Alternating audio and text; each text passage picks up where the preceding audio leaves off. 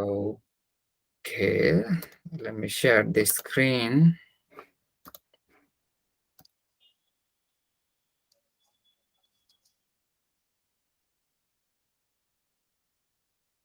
Mhm.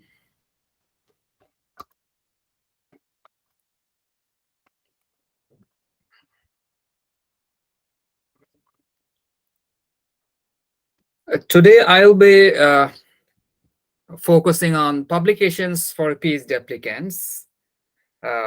Why is it so, and how much important this requirement, and how can we overcome this important requirement for PhD scholarship along the way? As we don't have any new faces joining today, let's skip this one. And I think this part is already done because someone of you already raised a question regarding research proposal. Maybe I have addressed that as well.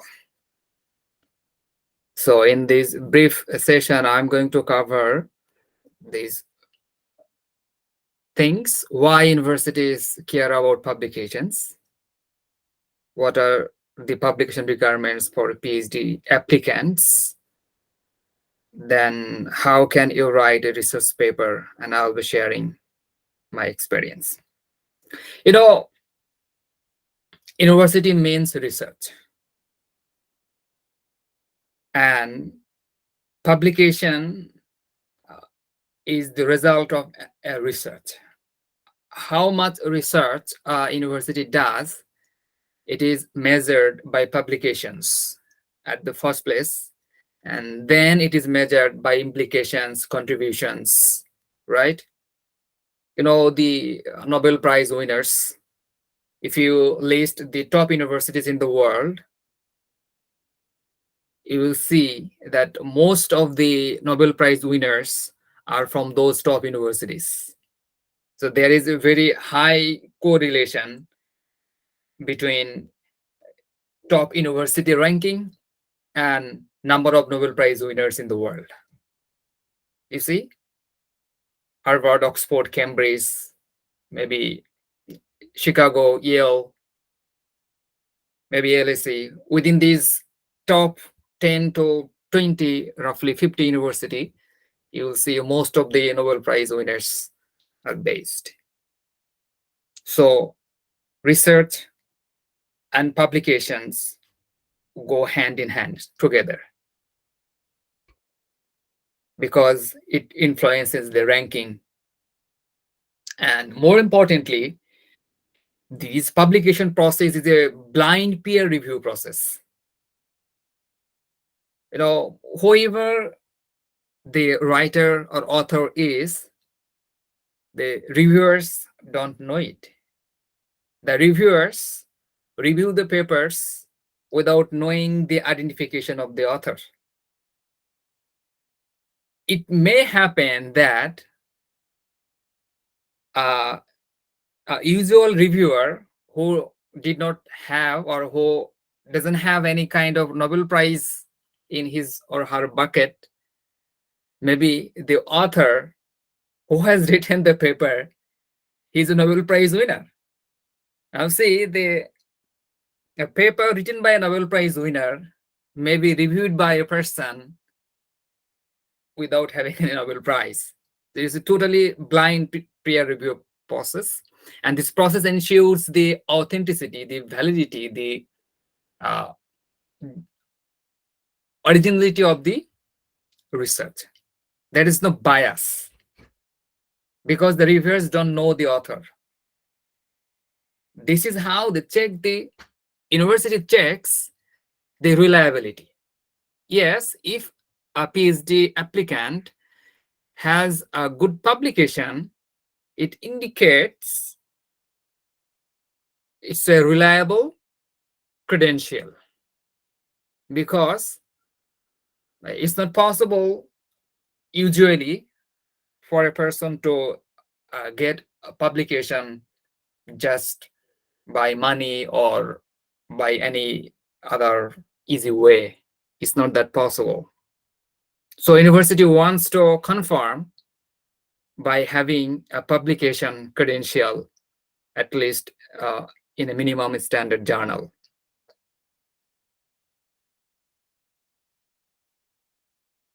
Yes, publication, is not that is strictly required.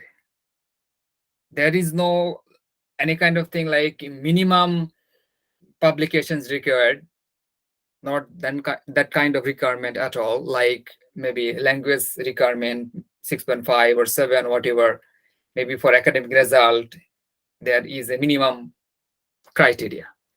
But for publications, this is not such straightforward or any hard and fast rules, anybody can say.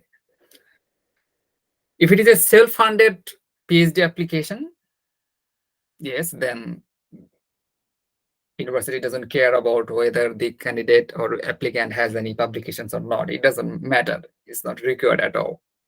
University wants to relax the requirement because this student is going to pay money, a huge amount of money. So let's relax this requirement.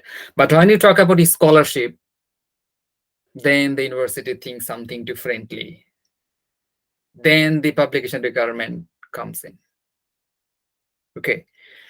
But it varies from scholarship nature. It also varies from university to university, right? So, for example, if it is a graduate teaching assistant scholarship, where the PhD student has to work every week a certain hours as part of this scholarship, in these scholarship, publications may not be a big requirement at all. Not that important. Even if it is a 1+3 PhD, I mean, 1 year for masters and 3 years for PhD, in total 4 years, this is called 1+3 PhD. In that case, even, okay, nice to have. So there's a typo, it would be nice. The nice to have publication. Okay.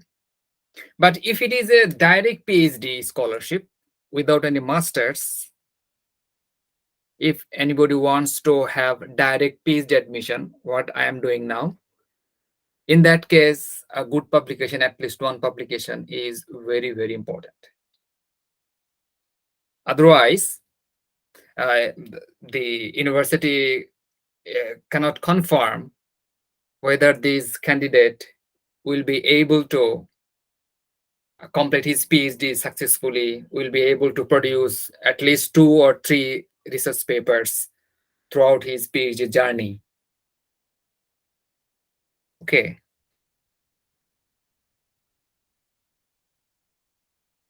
So how you will write a research paper?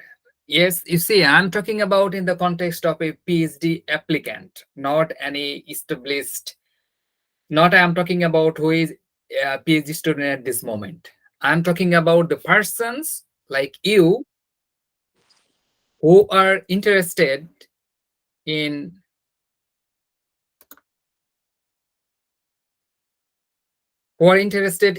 doing a PhD, not already a PhD student, right? I'm talking about you. So in these cases, you may be wondering, should I write the paper myself or I should co-author with someone, right? Yes, of course, if you can write yourself alone, the whole paper, that is nice. That is good, of course, even better. But there is another option, co-author option. But before going to co-author a paper, I would suggest write yourself first. Then you find a good co-author. Why? Because if you already write a paper, then it is easy for you to find a suitable co-authors. Then maybe a good number of people will be interested to join you because the paper is already written, right? But if you haven't written anything, just starting from the scratch and searching for co-author, maybe it may be difficult in some cases. Yes, of course you can. And another thing is, when you have written yourself a paper, the person, the potential co-author, is now optimistic about yourself. Oh, yes, I can join you. Because maybe he will think, oh, yes, as most of the job are already done, I will just do maybe a little bit of contribution and I can be the co-author. So they will be interested.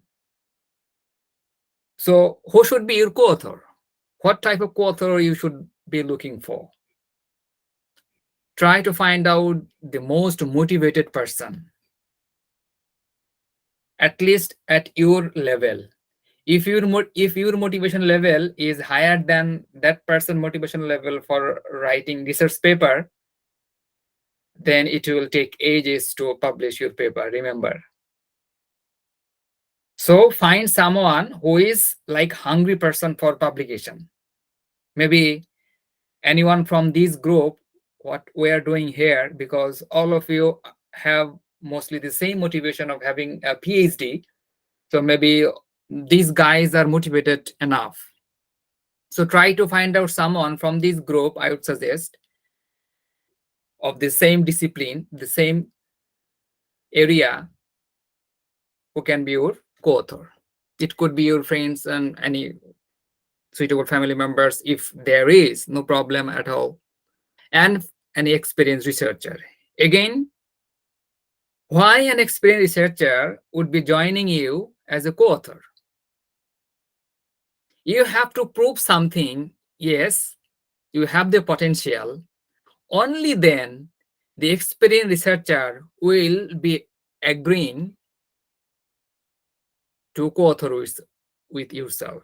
Otherwise, he or she would not be interested. So you have to have that convincing capability in the first place. Otherwise, nobody will care about you. And I have some both bitter and sweet experiences. Maybe you can't imagine in some cases. I have been advised and well suggested and well guided a few of my familiar ones, but at the same time I had some bitter experience with some of them. I approached dozens of persons for writing research paper, for co-authoring paper, and most of them denied me because I did not have any credential, any proof that I can do research. I did not have that kind of proof. So without having proof, it was very hard for me to convince themselves, yes, I can co-author with you. That's why I'm going to share my experience that may be something for you to learn from. After joining in the bank, I started writing newspaper article in the English dailies in Bangladesh. Roughly 30 newspaper articles I wrote. I thought this sort of newspaper article may be helpful for my future research or PhD kind of thing. But it was wrong idea. Newspaper article writing, it doesn't create any value for PhD scholarship requirement. But again, I got these skills actually. The first paper I presented, conference paper I presented at Bangladesh Institute of Bank Management, BIBM, in 2017. And the whole paper was written by me, by myself. After writing this whole paper by myself, then I approached one of the established researchers. He was my boss at Islamic Bank Bangladesh Limited, Dr. Mizanur Rahman. He did his PhD from Imperial College London, one of the top 10 universities in the world. So then he agreed. Okay, then he became the co-author, though he did not have to contribute that much, just a little bit of editing and formatting kind of thing, not significant contribution, but he agreed to be the co-author of that paper. Then I co-authored a paper with one of my junior brothers, Riazul Haq. At the time, he was doing his PhD at University of Newcastle. Now he is the lecturer of University of Manchester in the UK. This guy has helped me a lot. I'm really grateful to him. For a research paper, I had a big database of banking industry in Bangladesh. I contributed with this data and also with some writing and editing. I did this co-authoring article with him in 2019. And the whole, publications fee I paid, because it was very important requirement for my scholarship application in Australian universities. But even with this paper, I did not get a scholarship in Australia, because this paper was not any high rank journal. It was only Scopus Index journal, but not a good ranking journal. So it didn't work for me. Then I thought, what should I do? Then I started my MPhil journey at the same time. And I was looking for co-authors for writing in a good journal. So I got Dr. Tanmoy Choudhury. He was then at the Edith Cowan University in Australia. Are you guys with me? Yeah, yeah. Yes, Yes, we yeah. are with you. Yes. So Dr. Tanmoy Choudhury, now he is assistant professor at King Fahd University of Petroleum and Minerals in the Saudi Arabia. This guy has really helped me a lot. I am also grateful to him. I approached him. He is the son of Dr. Tawfiq Ahmed Choudhury, ex-Director General of BIBM. So I approached Dr. Tanmoy regarding my scholarship dream and all kind of thing in Australia. And he gave me a big challenge. He sent me some articles and advised me, if you can write an article with me and I am satisfied with your writing quality, then I will recommend you for a scholarship in my university or any any Australian university. It was a big challenge at the beginning of 2020. It was just before the COVID. So I took the challenge. I wrote the whole systematic literature review article in Islamic banking myself, fully myself. Just after reading one part, I sent to Dr. Tanmoy and he just sent me, excellent, go ahead. Then another part, sent him for feedback or review. Then he said, okay, just go ahead, excellent. Maybe he didn't look that much, so far I can guess. Just he said, excellent, go ahead. The whole paper I wrote myself. After writing the whole paper, I sent it to him. Maybe he did a little bit of modification or kind of thing.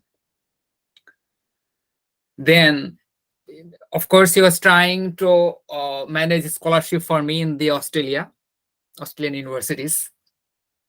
But Australian scholarship market became kind of very tough for international students due to their policy change.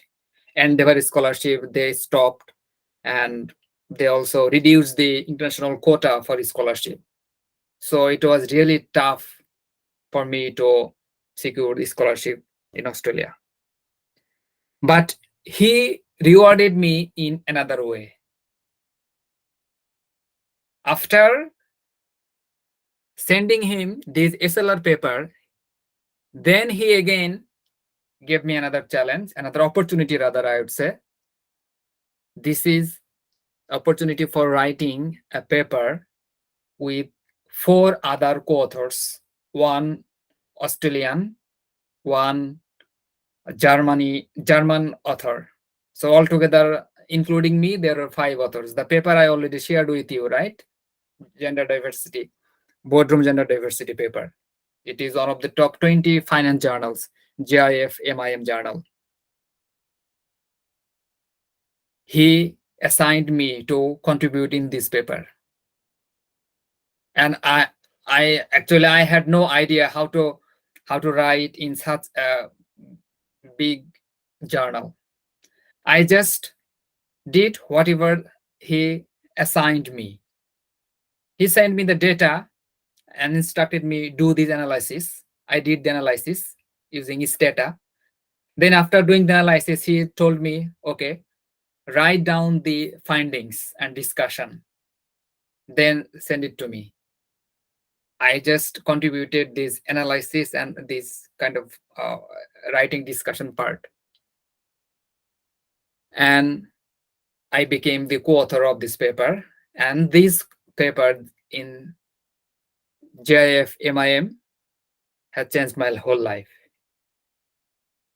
Because with this article, soon after publishing this article,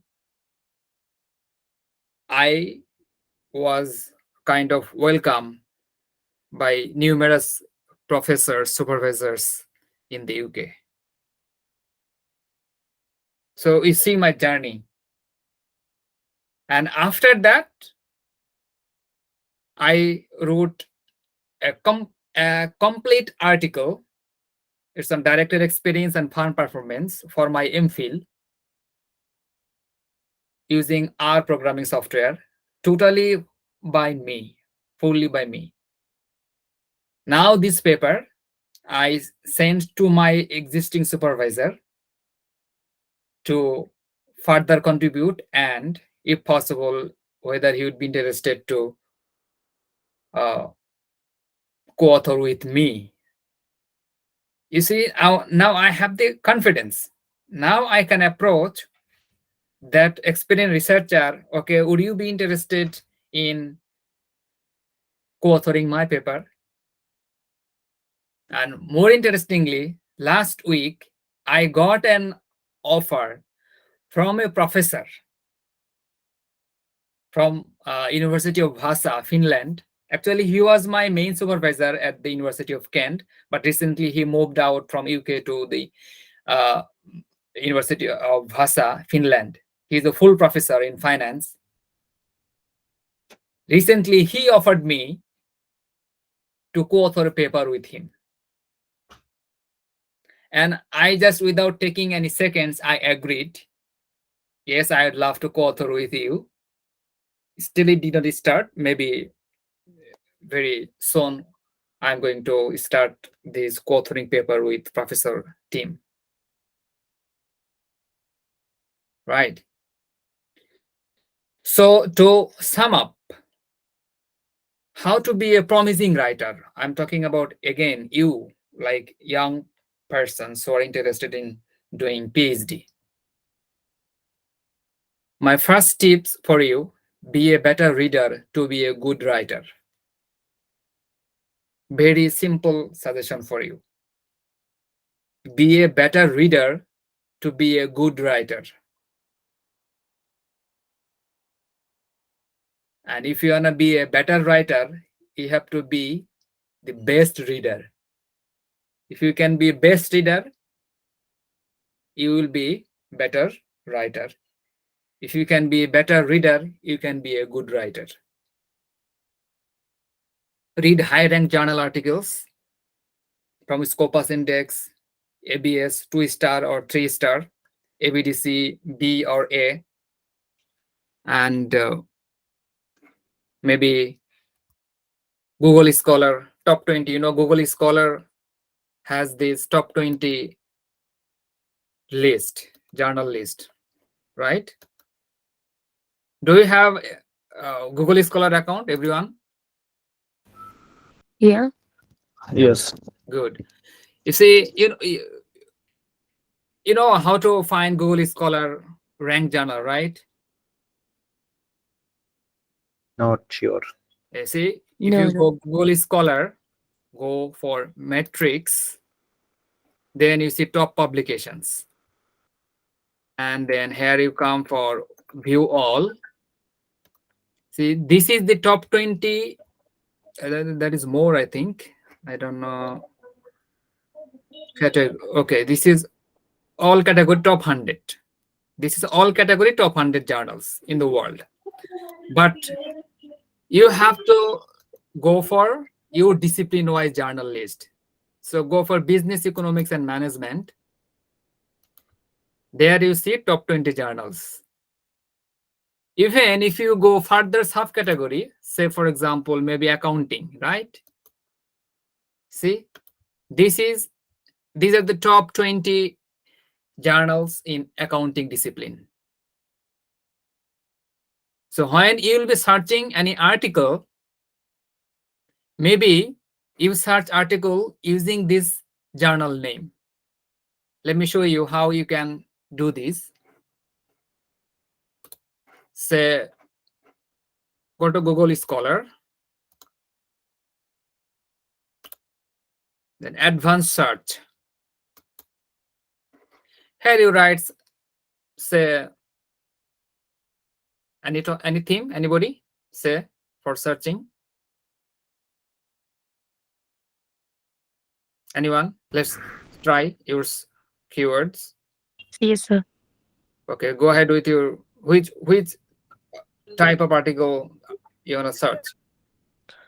Uh, Top 20. Sorry. Okay, Top. topic that's no, but I'm talking about the topic, keywords, title. Okay, sustainability. Sustainability is still is too vast. Try to Sustainability accounting or reporting. okay, sustainability Reporting. reporting. Report. Sustainability Report. reporting or report, whatever. Let's put it report. Now here you put the journal name. Return articles published in. Here you put, say for example, this journal. Here you put the name of the journal. Then search. You see, this Oh, is the search result, except citation. This is the search result published in that particular journal only. okay.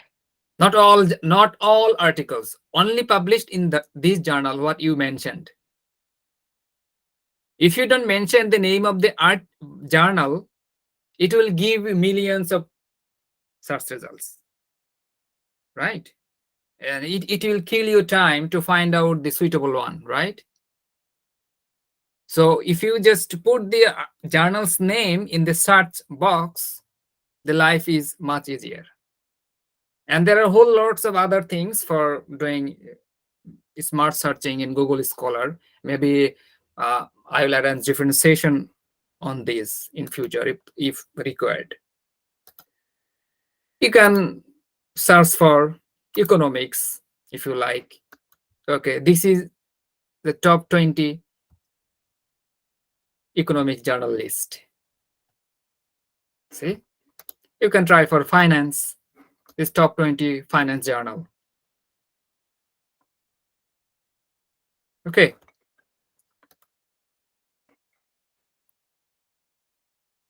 Now, another interesting thing you can try, there are some articles, open access articles.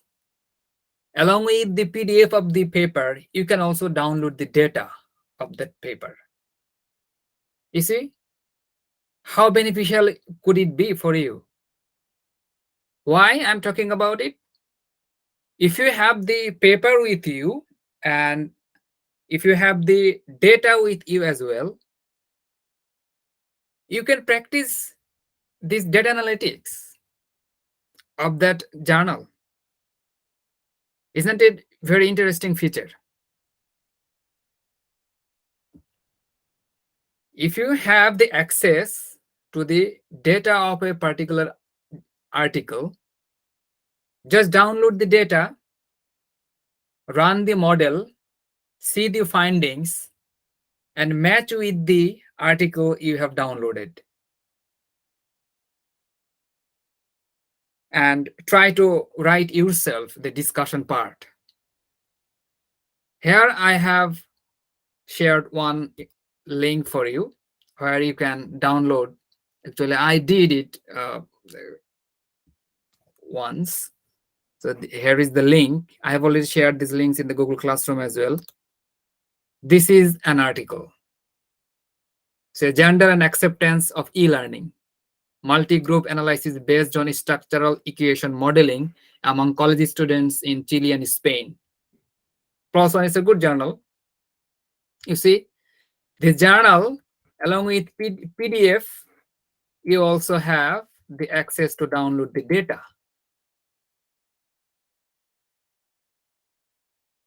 Okay? This is the data file. Even there is the questionnaire. Can you imagine? You are having the article, the data set of the article, even the survey questionnaire of the article, everything is attached with the article. So if you not only read, rather if you go for doing this research yourself, it's just learning by doing, right? It could be really, really helpful for you, what I did myself in the past. Okay. So, and these are the things I already discussed in the previous session: literature, search, major sources. I mean, Google Scholar and other sources. How you will shortlist or skim through the paper. How will you read and using this sort of reference management software, all kind of thing I discussed in the last session. So this is the end from my part on today's particular topic. And if you have anything to say or ask on today's topic, you can raise.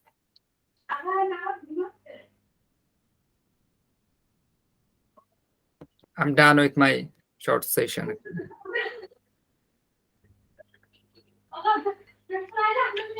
If you have anything to ask, then go ahead. Nothing to ask you. I'm enjoying your session very much. Mhm. 1 year speaking session. I am enjoyed. I am enjoying this Mhm. and participating Thank you. with you to fulfill the quorum. Anyway, it doesn't matter actually. This is everyone's choice, right? I don't care who is joining, who is not joining. I don't care. I'm just doing my part as my social responsibility. I'm not required to have more and more hundreds of persons joining me here. I don't No, expect. honestly speaking, I am just preparing my IELTS. For that case, I have joined to your session, but I am not another extra time to Yeah. preparation my research paper to preparation your lesson Mhm. next. Just next month in March 2023, I will take part my IELTS exam, Mhm. and I will be full time with you. Yeah, yeah. Okay, keep going, keep going. Maybe in the next session is on IELTS, maybe in our schedule. Oh, yeah, yeah, yeah. I am waiting for this session. I You am know, waiting for this session. we have already designed our all future sections, right? So I'll Really, be following, dear brother, I am waiting these. for this session. Yeah, I'll be following these bit by bit. Okay. Sure, sure. Okay. It would be very much benefited for me because I am going to IELTS exam in next month. So please, in from next session, if you continue in IELTS preparation. Mhm. Yeah, it's already designed. I actually everything is already designed. I worked as IELTS faculty, like instructor at center in Dhaka. So I used these Google Classroom materials. Everything is already prepared. Still, there are some students, but that batch is already done, finished. I did not start after coming to the UK. Maybe with you guys, if there is at least a good number of people and there is demand, maybe I can do multiple sessions on IELTS if required, but at least one session next week, coming Saturday, at least one session, depending on your necessity, depending on your needs. Maybe I will extend number of sessions on IELTS. Okay, Joydev, please. So thank you for your presentation. Mhm. So for publishing in a reputed journal, Mhm. you know that data is a big factor. Mhm. So for developing country like Bangladesh, Mhm. there is a problem of data reliability. Mhm. Yes. The reliability is a big factor in publishing. Mm,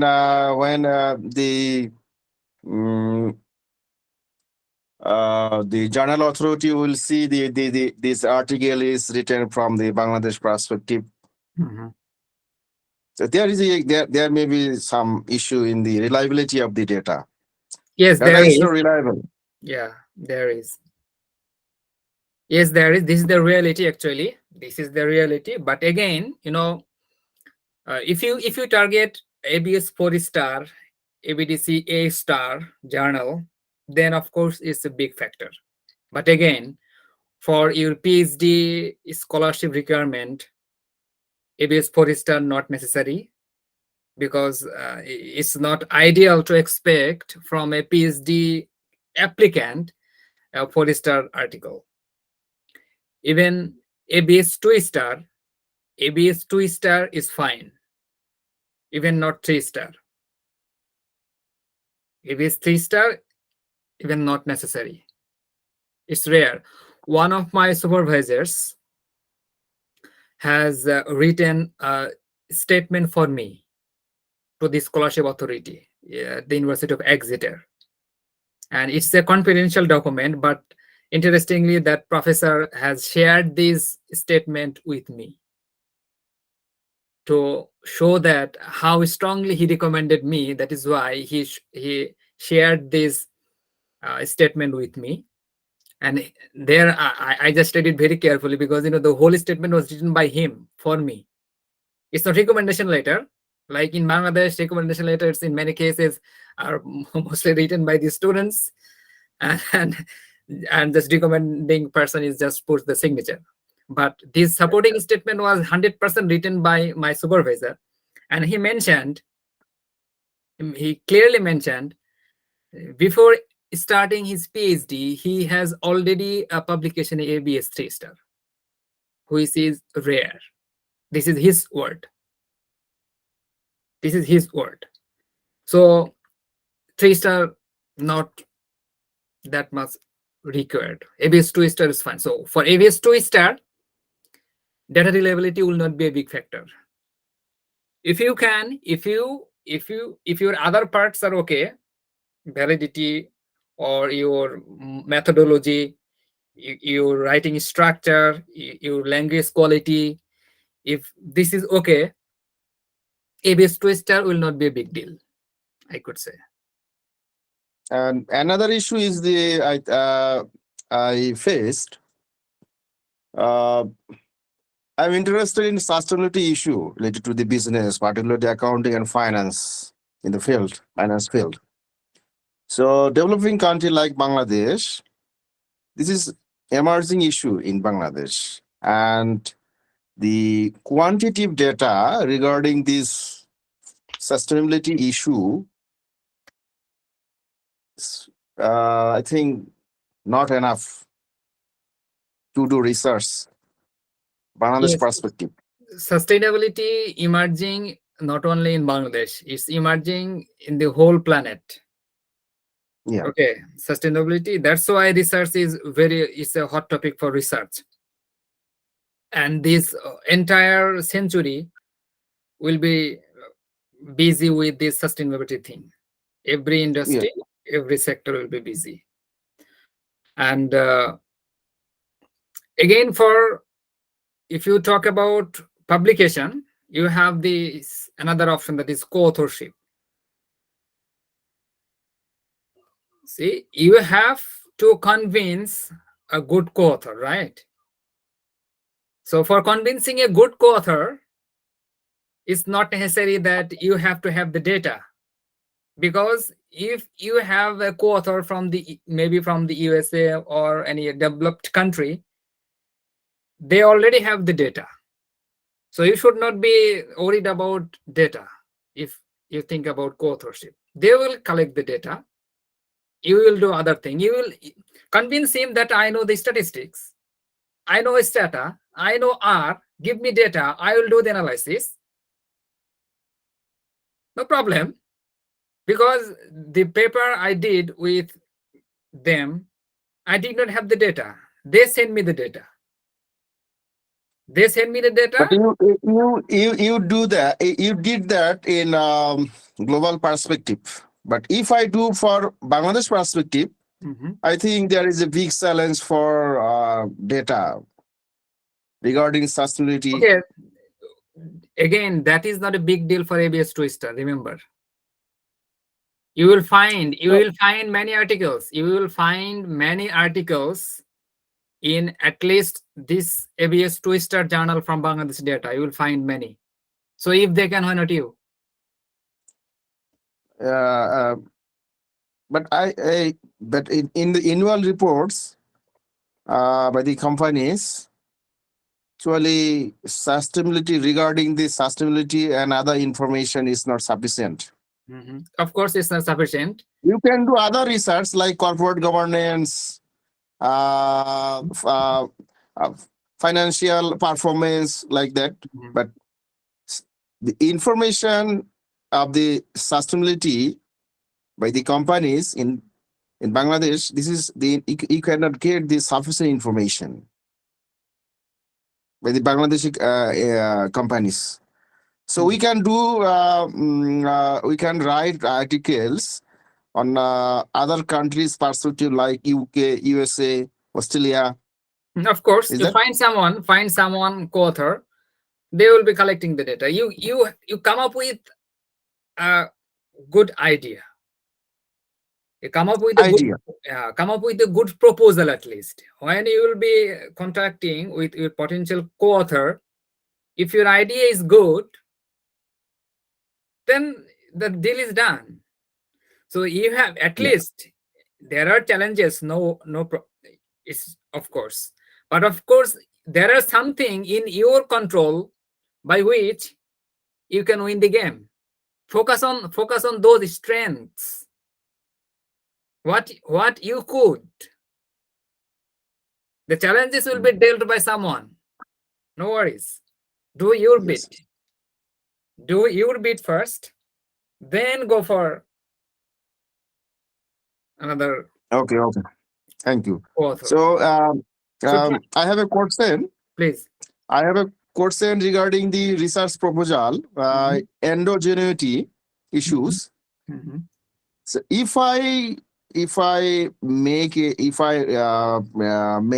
proposal on only one country perspective, like USA or UK, just only one country perspective, do I need to consider the endogeneity? Of course.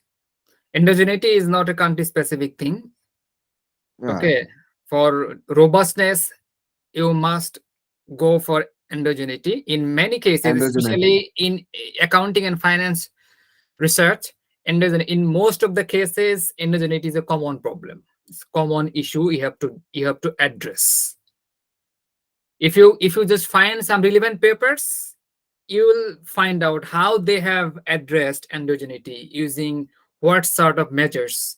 Is it instrumental variable? Is it DID? Is it propensity score matching? What they have done, you just propose the same thing. You don't we have can to, we can modify the methods also. Methods again Yeah. with backup literature research. I am proposing it because X has also done the same for his research. Okay. Hmm. It's not a problem. Your literature will help you. How they have done this. Okay, I'll be also doing this. It's not a big deal. Okay, I think we're done. So yeah, again, I have another question. I have another Okay, please. question. So for publishing a research article, what is the ideal sample size and the observation, number of observation?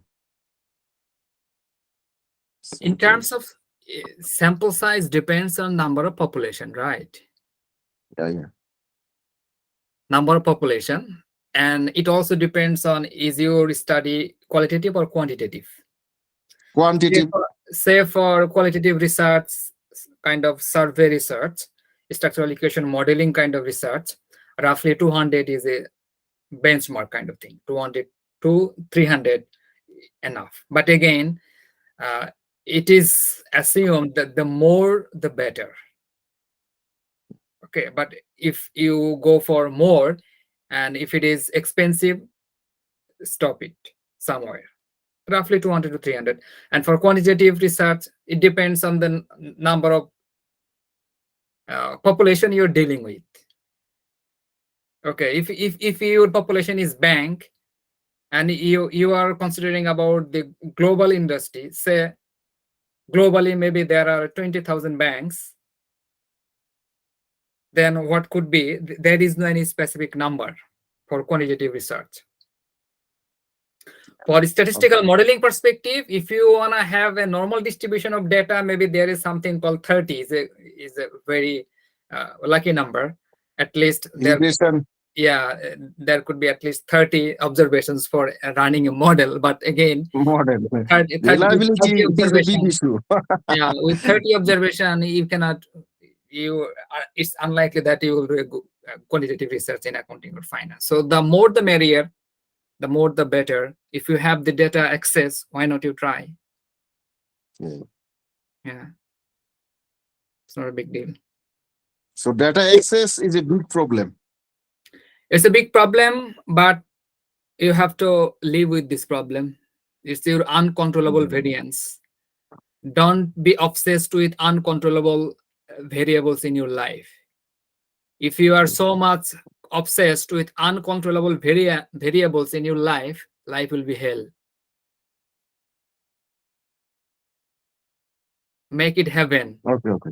Make it heaven. Thank you. What you already have, try to exploit, try to utilize all what you already have. Then the rest of the things will follow, right? You can't imagine, I am from the same background what you are now, right? I am just representative all of you, mostly. I am not anything extraordinary or anything from different planet. Okay, I am from the same feather, right? So if I could, of course you can. Just think positive, be optimistic, stick to it. Okay, keep motivated yourself. For whatever reason, if nobody comes up, I will join. That's the thing. It's your scholarship, it's your life. Who cares? No time to see who joins or who doesn't. No time.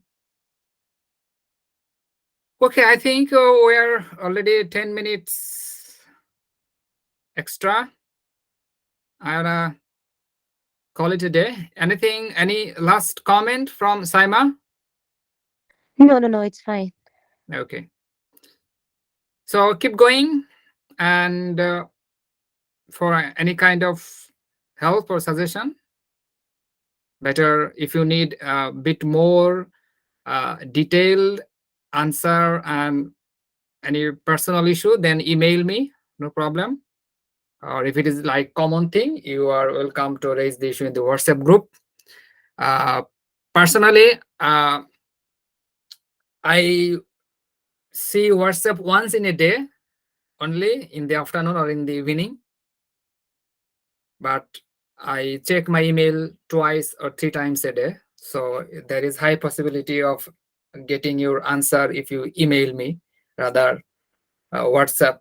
If you just knock personally on WhatsApp, it would be may not be quick answer, maybe late, and may not be detailed answer, because it's really tough to type on smartphone on WhatsApp, right? I don't use WhatsApp on my laptop. I use WhatsApp only on a smartphone, and I don't feel good writing many things on smartphone.